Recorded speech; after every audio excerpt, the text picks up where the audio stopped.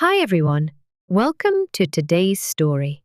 It's a quiet, honest journey about love, regret, and finding the courage to tell the truth. Sometimes life doesn't give us perfect endings, but it gives us a chance to start again. I hope this story touches your heart the way it touched mine. My name is Amanda. I am 28 years old and I live in a quiet area in Chicago called Lincoln Park. It is a peaceful place with tall trees, small shops, and kind neighbors. Many people think I have a good life. I have a husband, a nice apartment, and a steady job at a bookstore. But inside, I am not happy. Every day, I wake up feeling heavy. 1 year ago, I made a big mistake. I married a man named Brian. He is 32 years old. Brian is a good person. He is kind, gentle, and always smiling. But I do not love him. I married him not because I loved him, but because I was sad and angry. I wanted to forget my ex-boyfriend, Alex, who broke my heart. I wanted to move on fast. So, when Brian asked me to marry him, I said yes. At that time, I believed marriage would help me feel better. I thought maybe love would come later, but it never came. And now, I am the one who is hurting. Brian does everything to make me smile. On Fridays, he brings flowers. He cooks when I'm tired. He writes small notes and puts them in my lunch bag. He calls me my sunshine and kisses my forehead. Many women would feel lucky with a man like him, but I feel sad because I cannot love him back. One night, we sat on the balcony. The stars were bright and the weather was warm. Brian looked at me and said, "Amanda, I know you don't love me yet, but I believe you will. I will wait. My love is enough for both of us." His words made me want to cry. He had so much hope, but I had none. I felt like I was lying every day. I smiled when I didn't want to. I said, "Thank you," when I felt nothing. It felt like I was living someone else's life. My mother once told me, "Amanda, love can grow with time. Marriage is not always about strong feelings. It's about kindness, respect, and patience." I tried to believe her. I tried to wait, but every day I felt more like a stranger in my own life. One Friday, Brian made a special dinner. He cooked my favorite meal, chicken pasta with garlic bread. He lit candles, played soft music, and wore the blue shirt I liked. He said, "This is for you, Amanda. You are my everything." I smiled a little and said, "Thank you," but inside, I felt nothing. I couldn't enjoy the food or music. It felt like I was acting in a play, not living real life. After dinner, Brian held my hand and said, "Let's go for a walk." We walked to a small park near our home. There, under an old oak tree, Brian had asked me to marry him a year ago. He smiled and said, "Remember this place? I told you I would love you forever." I looked at the tree, then at him. I wanted to say, "I don't love you, Brian," but I stayed silent. I didn't want to hurt him. He looked so happy. I felt like a terrible person. That night, I couldn't sleep. I stared at the ceiling for hours. I thought about my life, my choices, and my heart. I asked myself, will I ever feel happy again? The next morning, my best friend Nena called. She said, "Amanda, you sound tired. Are you okay?" I wanted to say yes, but I couldn't lie. I told her the truth. I don't love Brian. I said. I married him to forget someone else. Now I feel trapped. I feel sad every day. Nena was quiet for a moment, then said, Maybe you need space. Time apart might help you understand your heart. I shook my head. It's not about time, Nena. My heart doesn't feel anything for him. Later that day, I sat with Brian on the sofa. I said, Brian, I need to talk to you. But before I said more, he stopped me. I know what you're going to say, he said. Please, don't give up on us yet, Amanda. I still believe we can make this work. His eyes were full of hope again, and I felt worse. I didn't want to take his hope away, but I knew I couldn't give him what he needed. I felt like I was carrying a heavy bag every day. One Sunday, Brian said something that shocked me. Amanda, he said, do you want to have a baby? I think it will bring us closer. I froze. I didn't know what to say. The idea of having a child with someone I didn't love scared me. I looked at my hands and said, I'm not ready, Brian. He nodded. He looked hurt, but didn't ask again. That made me feel worse. He was always kind, and I was always quiet and distant. That night, I wrote in my journal, I feel like I'm drowning in this marriage. Brian is a good man, but I can't be the wife he deserves. I also wrote, sometimes I want to leave, but I'm scared. What will people say? Will they call me selfish? Will they say I didn't try? One evening, I packed a small bag. I planned to leave. I looked at Brian while he was sleeping. He looked calm. He looked happy. I stood at the door with my bag, but I couldn't do it. I put the bag down and sat on the floor. I cried quietly. The next morning, Brian made coffee for me. He kissed my cheek and said, Good morning, my love. I believe in us. His words broke my heart again. I wanted to say, Stop hoping.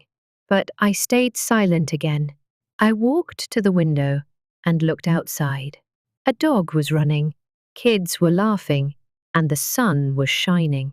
The world kept moving, but I felt stuck inside. I didn't know what to do. I didn't know how to fix my life. I only knew one thing. I couldn't keep living this way forever. Before I tell more of my story, I want to ask you something.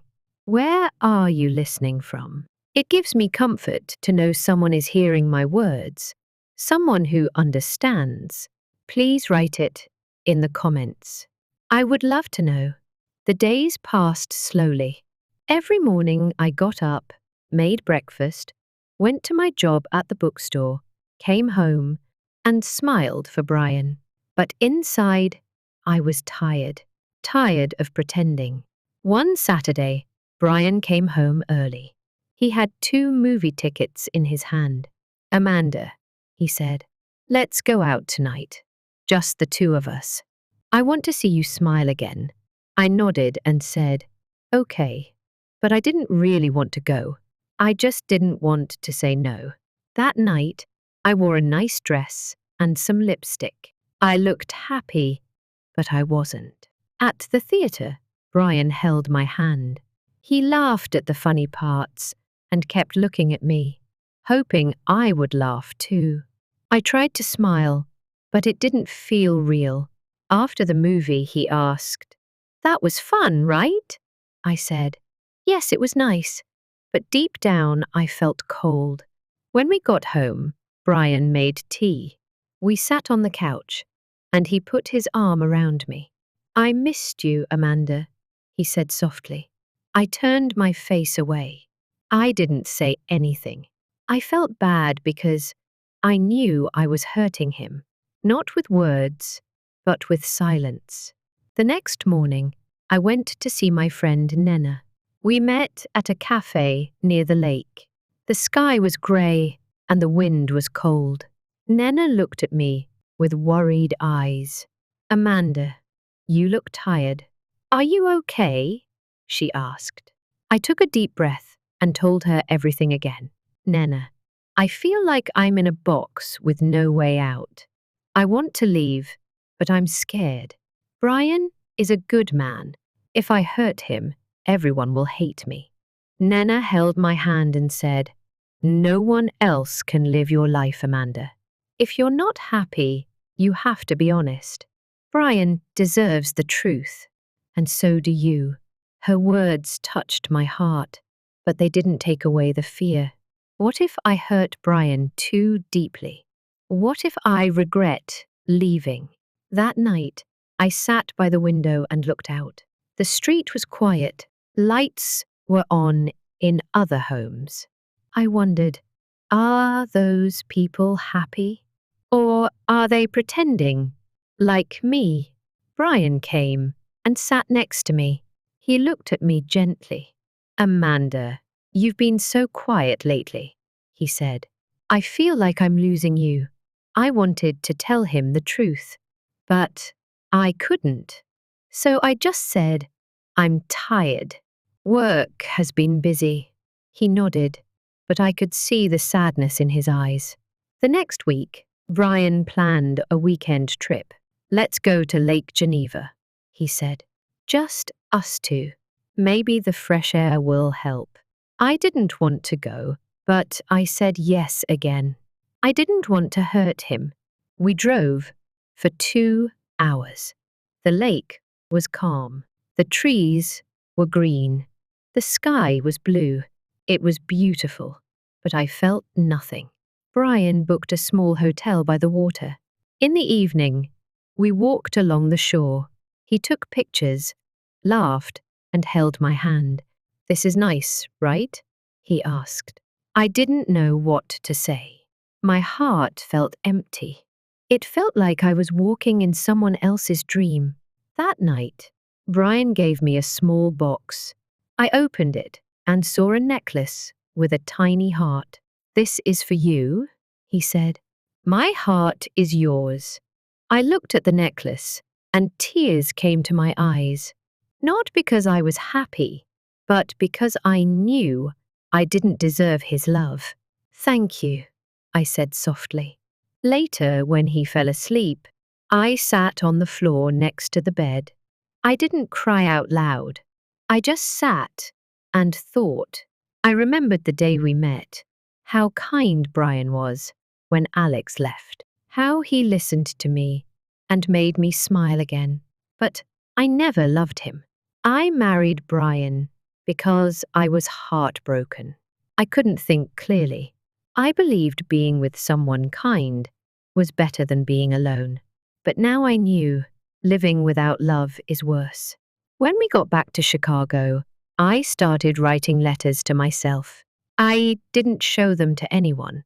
I just wrote what I felt. One letter said, Amanda, you're not a bad person. You made a mistake, but you didn't mean to hurt anyone. You wanted to feel okay again. But now, you must be brave. You have to find your truth. Another letter said, Brian is not your enemy. He is a good man, but he's not your home. You cannot give him what he needs. Writing helped me see my pain more clearly. It helped me understand myself. A few days later, Nena called again. Amanda, you sound stronger, she said. I'm thinking about telling Brian everything, I told her. He deserves the truth. I'm proud of you, she said. That evening, I made tea and asked Brian to sit with me. My hands were shaking. I need to tell you something, I said. He looked at me. Okay, I took a deep breath. Brian, I care about you. You are a good man, but I don't love you. I never did. I married you because I was hurting. I thought love would come later, but it didn't. Brian stayed quiet. He didn't move. His face looked calm, but his eyes were full of tears. he said softly. I knew, Amanda. I saw it in your eyes. I just didn't want to believe it. Tears fell down my cheeks. I'm so sorry, I said. I never wanted to hurt you. Brian nodded. I love you, Amanda. I really do, but I can't be the only one trying. If your heart isn't here, I can't keep holding on. His words broke my heart. He was still gentle, even when I told him the truth. Even when I caused him pain, he stayed kind. We sat quietly for a long time. No shouting, no blaming, just sadness. A deep, quiet sadness. That night, I slept on the couch. I looked at the wall and whispered, I told the truth. I finally told the truth. I didn't know what would happen next. I didn't know if I would leave soon or if we would talk more. But I felt lighter. For the first time in months, I could breathe. The next few days were quiet. Brian and I were still in the same apartment, but we didn't speak much. We both needed space. I slept in the small guest room. He slept alone in our bedroom. In the mornings, Brian still made coffee. He still left a cup for me on the kitchen table. But there were no notes, no smiles, just silence. I went to work and tried to stay busy. At the bookstore, I helped customers, arranged books, cleaned the shelves, and answered questions. But my mind wasn't in the work. I kept thinking about what I was going to do next. One afternoon, Nena came to visit me at the store. She gave me a hug and asked, How are you doing? I'm okay, I said. It's hard, but I feel more honest now. Nena smiled. That's a good start. What will you do next? I think I need to leave, I said quietly. It's time. That evening, I told Brian that I wanted to move out. He didn't seem surprised. He asked, Do you have a place to go? Yes, I said. Nena said I can stay in her guest room. Brian nodded. He was quiet for a moment. Then he said, Amanda, I'm not angry. I'm just sad. But maybe this is what we need. I felt tears in my eyes. I never wanted to break your heart, I said. He gave a small smile. You didn't break my heart, Amanda. I gave it to you freely, even if you couldn't keep it. I don't regret loving you. His words were gentle, but they hurt. The next morning, I packed some clothes and a few books. I didn't take much. The apartment felt full of memories, even though we only lived there for a year. I looked at the little things, his coffee mug, our wedding photo, the blanket we used when we watched movies. Brian helped me carry my bag to the door. If you ever need anything, call me, he said. I nodded. Thank you for everything, Brian. You were always kind to me. He looked at me one last time and said, Take care, Amanda. Then I walked out. Nena was waiting in her car. She smiled and opened the door. Let's go, she said. I got in and we drove away. I didn't look back. At Nena's place, I sat in the small guest room and cried. Not because I missed Brian, but because I felt many things. Guilt, sadness, fear, and also a little bit of hope. For the first time, I made a choice for myself. I told the truth. I took a step forward. The days passed slowly. I stayed with Nina for a few weeks. I helped her cook, washed dishes, and sometimes we watched movies together.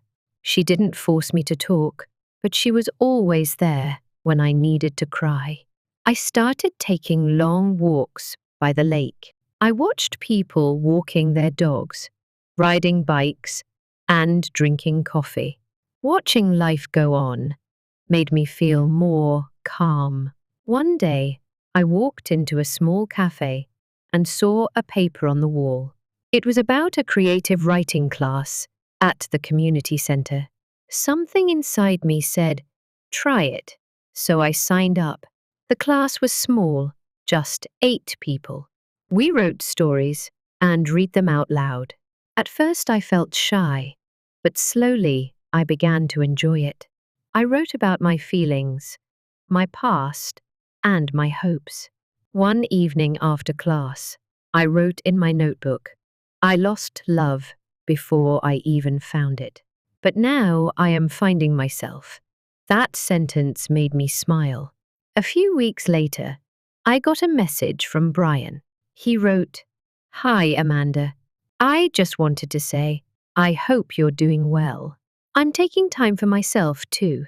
I joined a cooking class. It helps me stay busy. No pressure to reply. Just wanted you to know I'm okay. I looked at the message for a while. Then I replied, Hi, Brian. Thank you for your message. I'm glad you're doing okay. I'm taking a writing class now. It helps me too. Wishing you peace and happiness. We didn't talk again after that, but it felt good to say goodbye in a kind way. Months went by. I found a small studio apartment near the bookstore. It was simple, but it was mine. I painted the walls a soft yellow. I put flowers by the window. I hung a picture of the lake. Every morning, I made my own coffee. I sat at the window and watched people walking by. Sometimes I felt lonely, but I also felt free. I still thought about Brian. I hoped he would meet someone who truly loved him. He deserved that. He gave love from his heart. I hoped someone would give that same love to him one day. One day, while cleaning my drawer, I found the necklace Brian gave me at the lake. I looked at it for a long time. Then I placed it in a small box and wrote a note. Thank you for your kindness.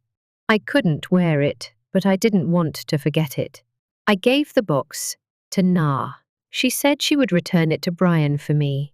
As the seasons changed, I changed too. I smiled more. I made new friends in my writing class. I laughed again. I started to feel like myself. One night, I looked in the mirror. I saw a woman with tired eyes, but a soft smile.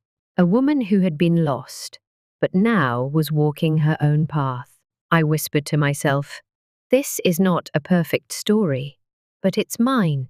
I am still learning. I am still growing. I don't know what the future will bring, but I do know one thing now. Never marry for the wrong reason. Never silence your heart. If someone out there feels like I did, I want to say, you are not alone. It's okay to make mistakes. It's okay to begin again. Be honest. Be brave. Your heart knows the truth. Thank you for listening to my story. It's not full of smiles or happy endings, but it's real. And sometimes being real is the bravest thing we can be. If this story moved you, please don't forget to like, comment, and share it with someone who might need to hear it today. Your support helps us keep telling real, emotional stories like this. And if you haven't already, subscribe for more heartfelt content coming very soon.